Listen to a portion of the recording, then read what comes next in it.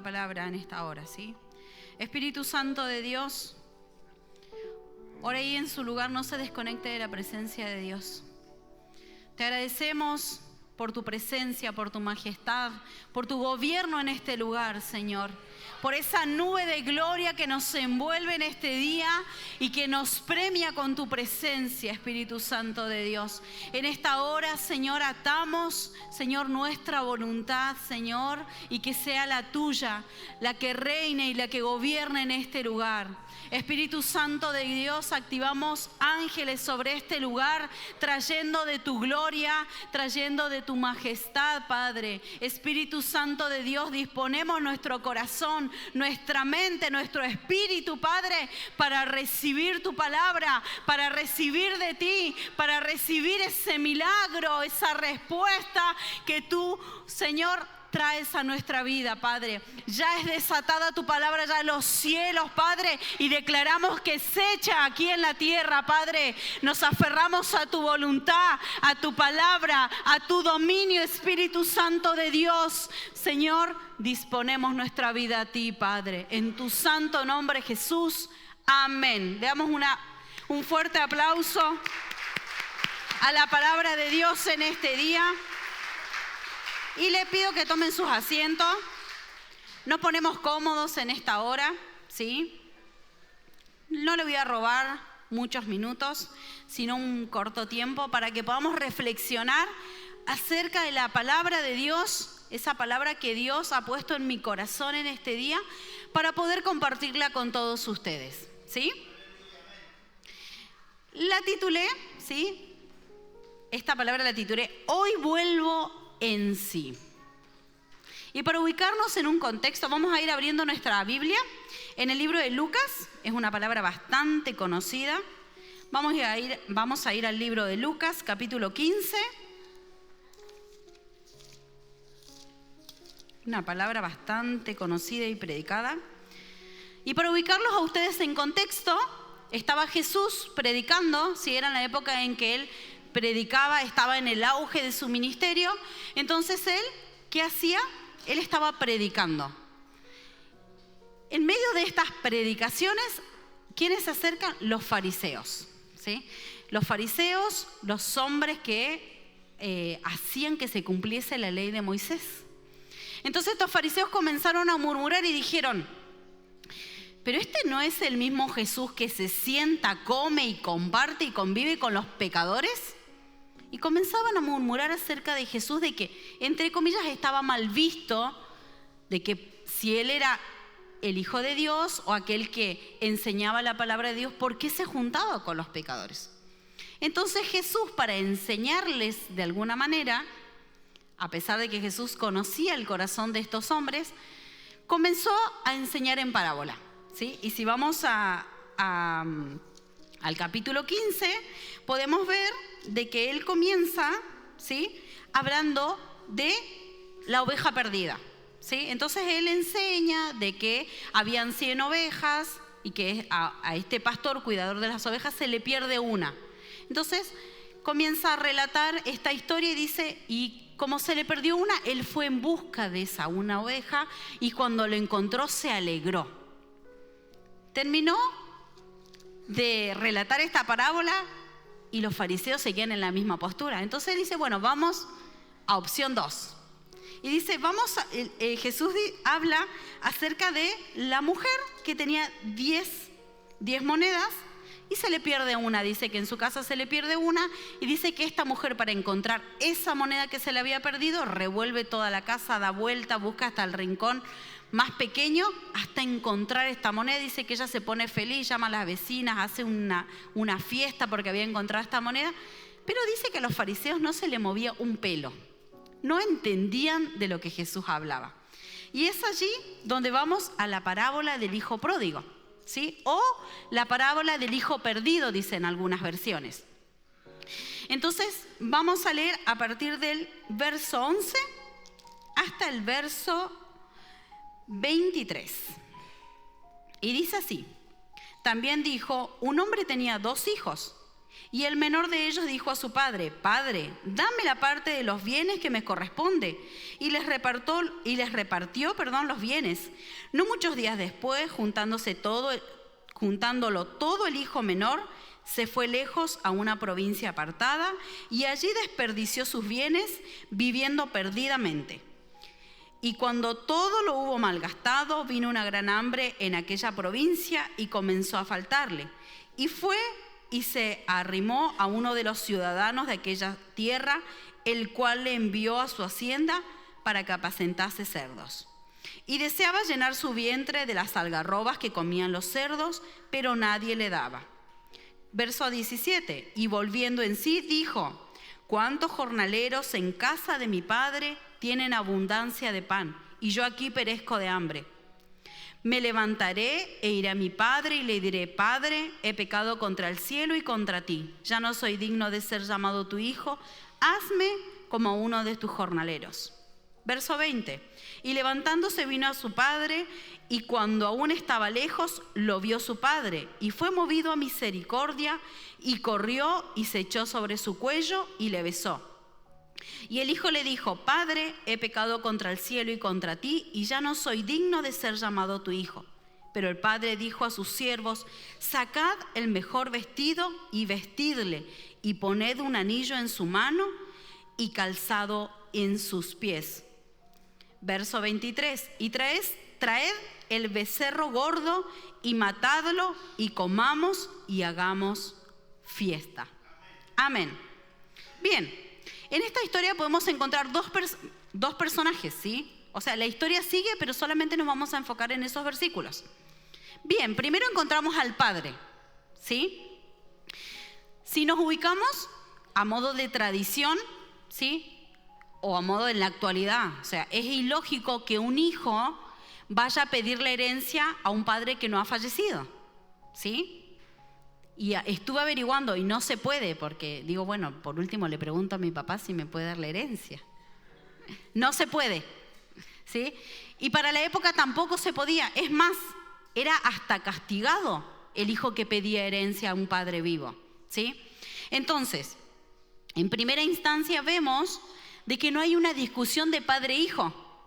Este hijo va y a modo de exigencia le dice: dame mis bienes. Y dice que al cabo de unos días, este padre, o sea, el padre da los bienes y este hijo se va. ¿Sí? O sea, no hay una resistencia por parte del padre, no es que él le discute y le dice: mira que no me morí. No, él ¿qué hace? Le da su parte. ¿Sí? Y para la época se dice que el hijo menor tenía solamente 1/3 de la herencia, más el primogénito tenía el doble, tenía 2/3. O sea que este hijo menor tampoco era que se llevaba mucho, se iba a llevar solo una partecita, ¿sí? Entonces vemos, como le decía, que el padre no hubo una resistencia, no se veía, acá en el texto leemos y no se ve como un enojo ni nada, simplemente él accede.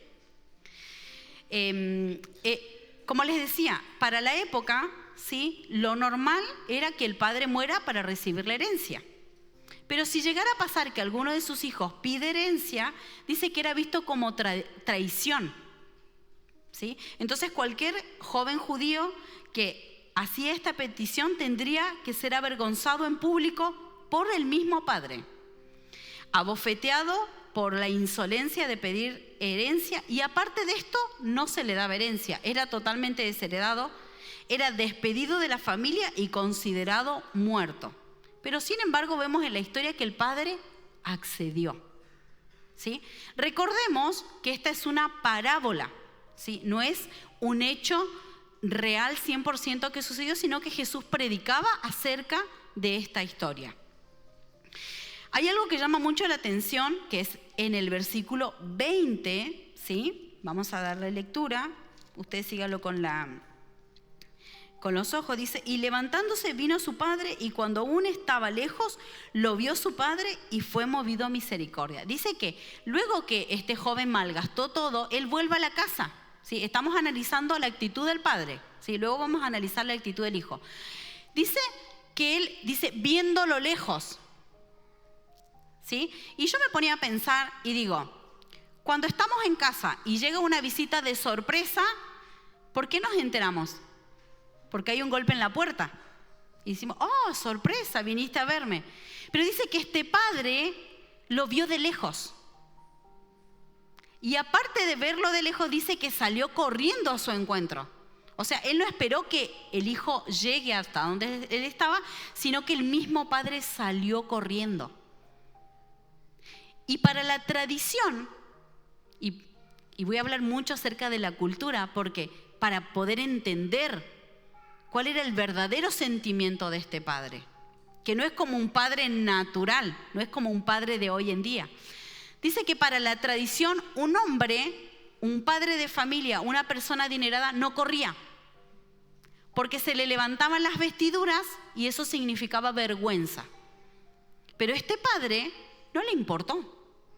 Este padre vio a lo lejos, o sea que él esperaba, él tenía la esperanza, él tenía, no sé, algún pensamiento remoto que en algún momento mi hijo, este que me pidió la herencia, que se fue, que me pegó el portazo y se fue, va a volver. Él tenía la esperanza de que ese hijo iba a volver, ¿sí? Entonces por eso es que él lo vio y automáticamente corrió a buscarlo. ¿Sí? Entonces dice que este hombre no le importó pasar vergüenza, él corrió hasta su hijo. ¿Sí? Esa fue la actitud del padre. O sea, el padre primero lo esperaba. Segundo, nunca le discutió. Le dijo, ¿querés tu herencia? Toma, acá tenés tu herencia. Es más, se cree, ¿sí? No lo dice la historia, pero se cree que como le dio bienes, o sea, le habrá dado animales, tierras, quizás alguna casa, dice que este joven vendió, y como dice que fue tan corto el lapso porque estaba desesperado por irse, se cree que lo vendió por 2 pesos, o sea, fue a modo de remate, vendió todo lo que el padre le dio por una cierta cantidad de dinero. Entonces este padre tenía una postura que cualquier padre de la época no la hubiese tenido. ¿Sí? O sea, todas las características de este padre en la época no hubiesen existido. Pero el hijo menor, ¿sí? Y aquí dice hijo menor. ¿Y cuántos hijos menores tenemos acá? ¿Alguien es hijo menor? Ah, y hay varios hijos menores. Uy. ¿Y qué siempre decimos de los hijos menores? Que son caprichosos, que son mañosos, que los padres son los consentidos de los padres, que le perdonan todo. Ahora ven la característica de este. Y este era un hijo menor. Dice que este hijo era malcriado, caprichoso, consentido, un joven rebelde que estaba cansado de la vida que le estaba dando el padre. Mire, el padre era un hombre adinerado, o sea que a este joven no le faltaba nada. Era como el típico niño menor caprichoso que decía, quiero esto, y el padre corría a buscárselo, ¿sí?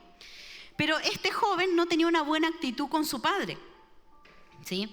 Dice, esta era la petición descarada y respetuosa, dame mi herencia. Y expresaba la falta de amor y gratitud hacia aquel que le había dado todo, que un hijo hiciera esa petición mientras su padre todavía estaba vivo, ¿sí? O sea, que un hijo pidiera la herencia mientras el padre está vivo significaba menosprecio. Significaba no te quiero ver vivo, ¿sí? Y a pesar de esta actitud que tuvo el hijo, miren el pensamiento del padre. Denme mi dinero y me iré lo más lejos posible, dijo este joven. Y al cabo de unos días, a modo de remate, vendió todo y se fue. ¿Sí? Dice que este joven se fue a una provincia lejana, o sea, lejos de su lugar de origen, donde había crecido. Él se fue a derrochar toda su plata. Comió, bebió, estuvo con mujeres, hizo fiesta, ¿sí? Vivió la vida loca, ¿sí? Pero llegó un minuto en que esa herencia, en que ese poco o mucho dinero que él tenía, se terminó. Llegó un minuto en que no solamente sus bolsillos estaban vacíos, sino también su estómago estaba vacío. Porque hay un dicho que dice que el que no trabaja, no come. Este hombre no trabajaba, no comía, no tenía plata, entonces no comía. Entonces fue a buscar trabajo, le habíamos leído ahí en la historia, él fue a buscar trabajo. Y dice que fue donde un hombre, y este hombre le dice, bueno, yo tengo un trabajo, ve a apacentar a mis cerdos. Y apacentar cerdos en la época no es lo mismo que ahora, que uno, bueno, va, mata un chanchito, ¿sí? Come unas ricas costillas ahí al asado, no. En la época, para empezar, era un animal inmundo. No se comía, no se consumía, pero sí se los alimentaba. Pero era el trabajo más bajo, más miserable que podía haber. Lo más bajo era criar cerdos. Era como hoy a veces utilizamos a modo de ejemplo que le decimos a nuestro hijo, bueno, si no estudias, vas a ir a limpiar baños. Es como lo más miserable, ¿sí? Y este hombre se encontró en esta situación de miseria. Era tanta la miseria que él hasta envidiaba lo que comían los cerdos. Él decía, ojalá pudiera comer las algarrobas que comen estos cerdos. Y ni siquiera una podía comer. Él había llegado a lo más vil que podía llegar un hombre después de tener una buena situación, de estar bien, de estar feliz, de estar cómodo, de estar calentito ahí en su casa.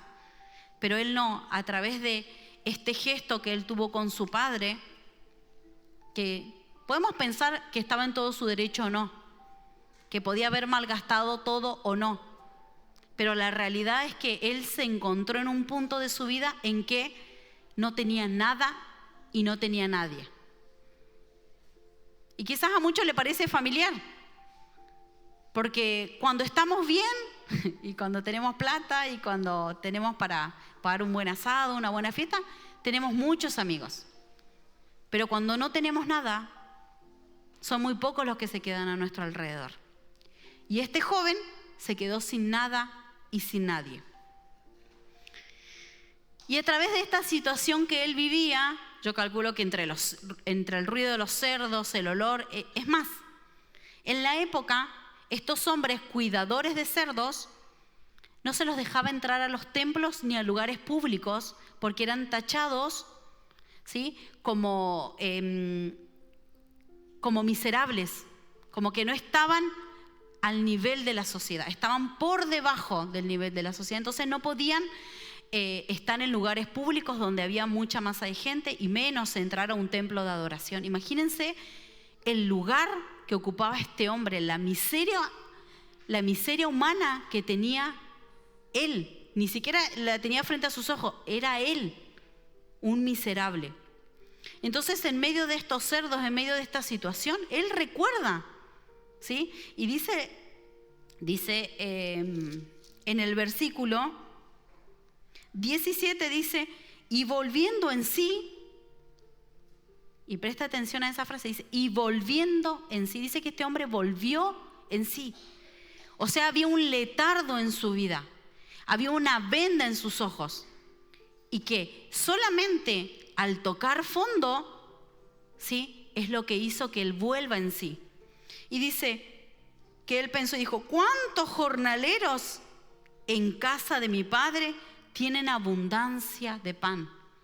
Él se vio en una situación en la que no tenía ni para comer y dijo, allá en la casa de mi padre, hasta los que trabajan tienen pan en su mesa. Y él decía abundancia, o sea, no solamente el pan de cada día, sino tenían aún más alimento.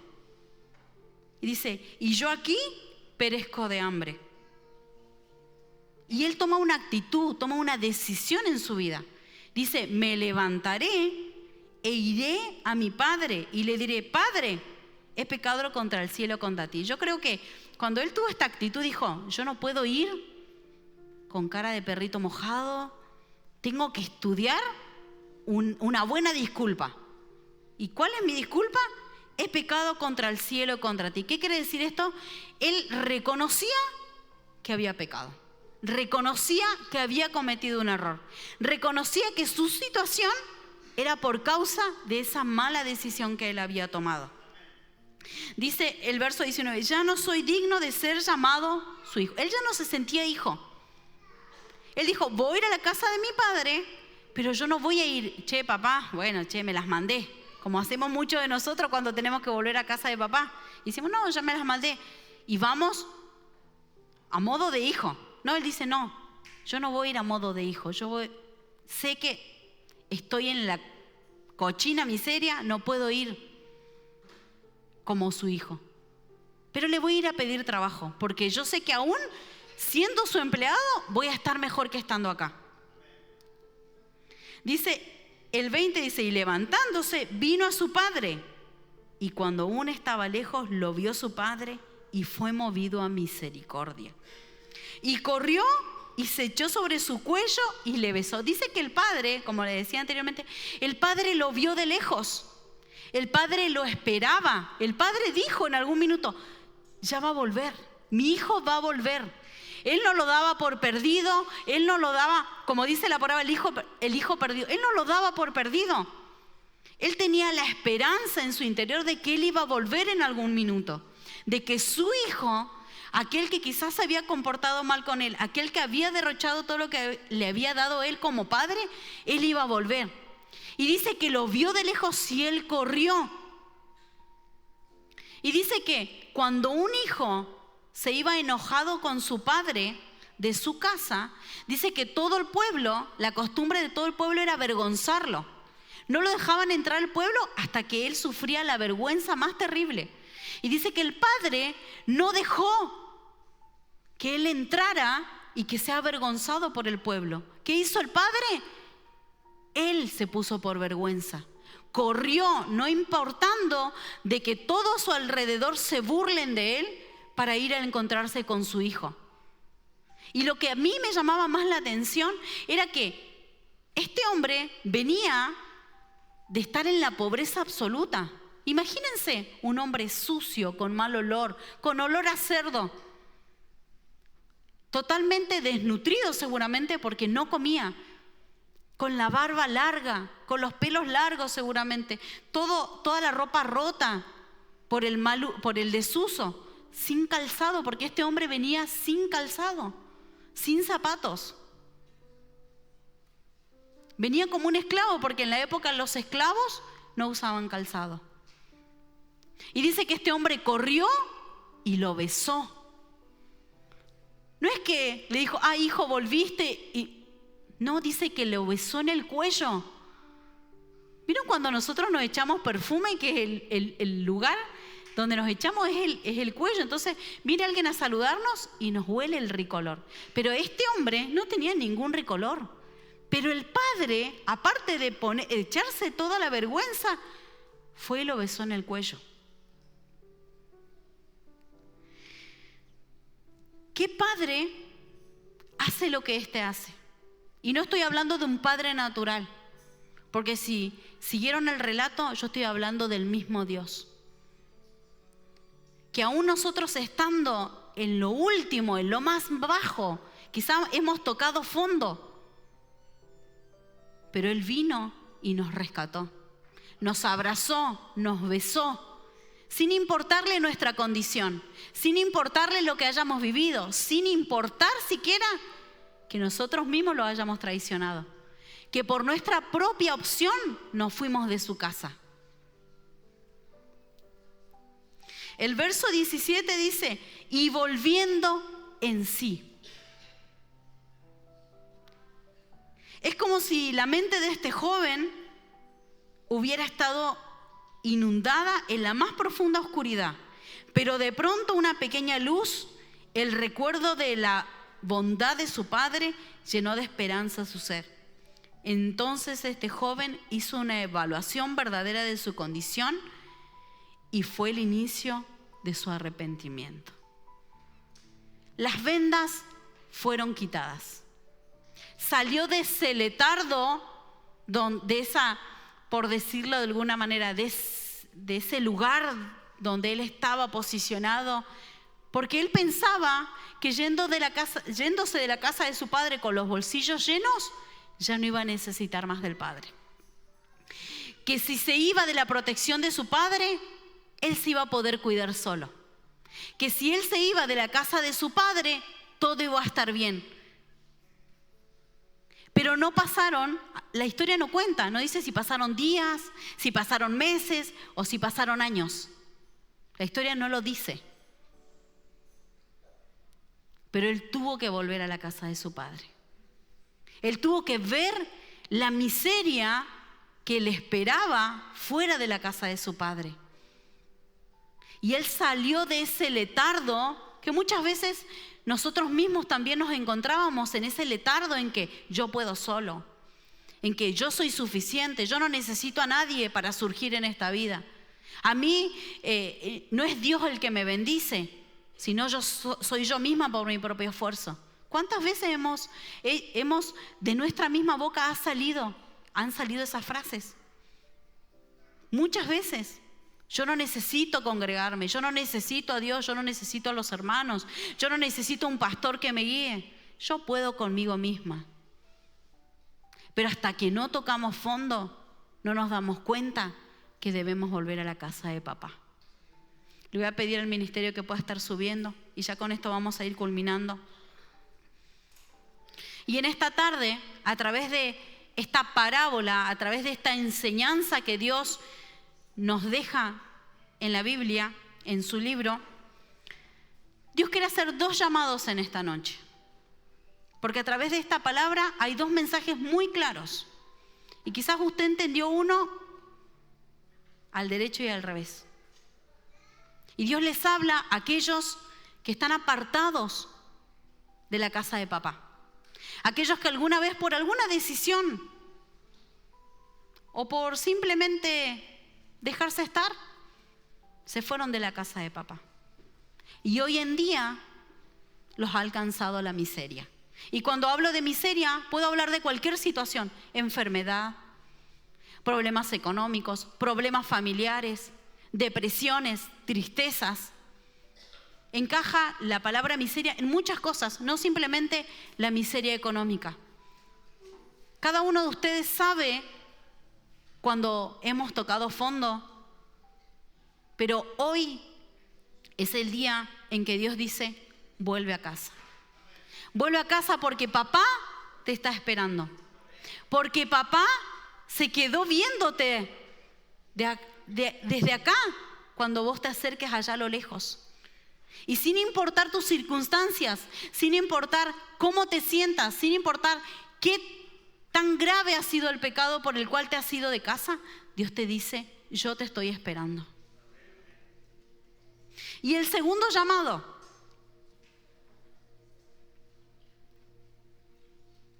es para aquellos que no han vuelto en sí. Este joven se encontraba apacentando cerdos. Y hay muchos de nosotros que, estando en la casa de papá, nos encontramos apacentando cerdos. Y usted dirá: bueno, pero ¿qué es apacentar cerdos? No estamos hablando de cerdos naturales. Estamos hablando de aquellos que viven en un letardo constante, en una vida en el que creemos que el evangelio, que el servir a Dios se hace a nuestra propia manera, sin compromisos, haciendo lo que este joven hacía, haciendo lo que a él se le daba la gana. Hay muchos de nosotros que vivimos apacentando cerdos, deseando lo que la miseria, lo que la sociedad, lo que el pecador puede alcanzar. Y no nos damos cuenta que estamos en un lugar seguro, que estamos en la casa de papá. Hoy Dios pone un espíritu nuevo y los hace volver en sí, en el amor genuino hacia Dios, hacia la estabilidad espiritual. Y voy a culminar con esto. Verso 22.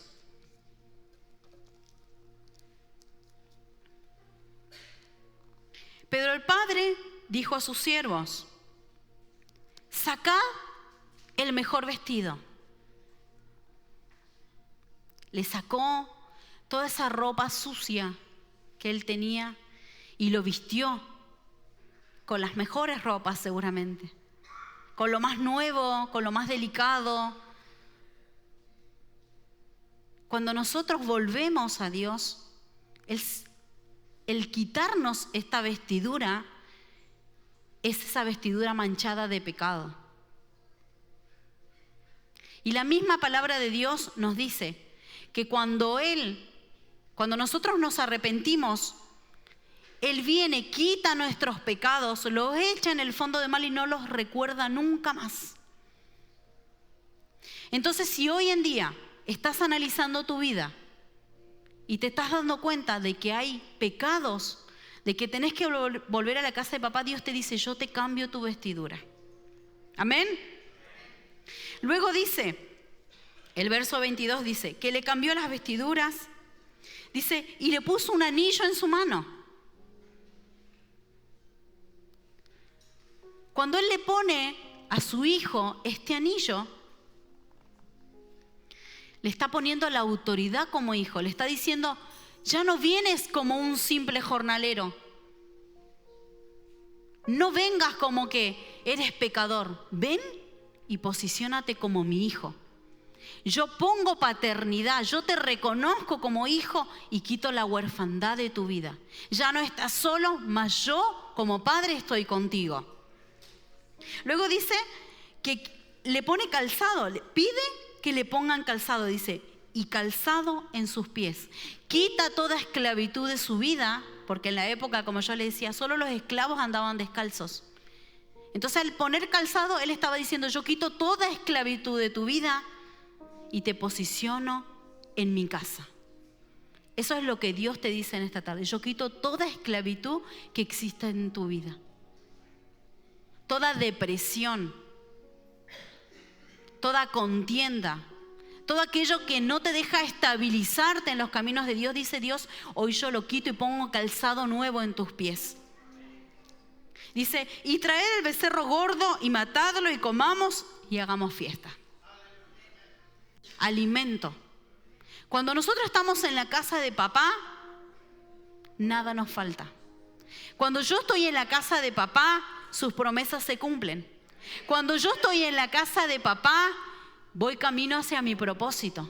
Cuando yo estoy en la casa de papá, me afirmo y Él fortalece mis pies.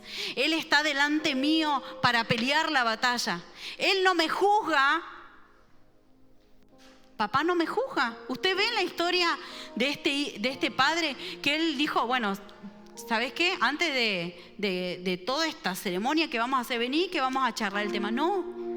Él no cuestionó nada, no preguntó, no dijo, me hiciste sufrir, lloré, te esperé, me lastimaste. No. Él no cuestionó nada. Hoy papá no te cuestiona nada. Hoy papá te está esperando con los brazos abiertos. Hoy papá quiere abrazarte a pesar de la situación que estés atravesando. Hoy papá te ama. Y te ama con amor genuino, con amor sin límites. Con ese amor que nada ni nadie puede reemplazarlo. Porque quizás te fuiste de la casa de papá y fuiste a probar los deleites del mundo. Pero no me vengas a decir que fuiste feliz. No me vengas a decir que llenaste tu corazón con esos deseos. Porque ni yo ni Dios te lo cree. Hoy Dios está aquí para restaurar tu vida, para hacer un nuevo compromiso contigo y para decirte de que Él es tu Padre. Vamos a adorar a Dios. Con la alabanza nos ponemos de pie, con la alabanza que nuestros hermanos tienen preparado en esta tarde. Y como les decía, Dios trae este mensaje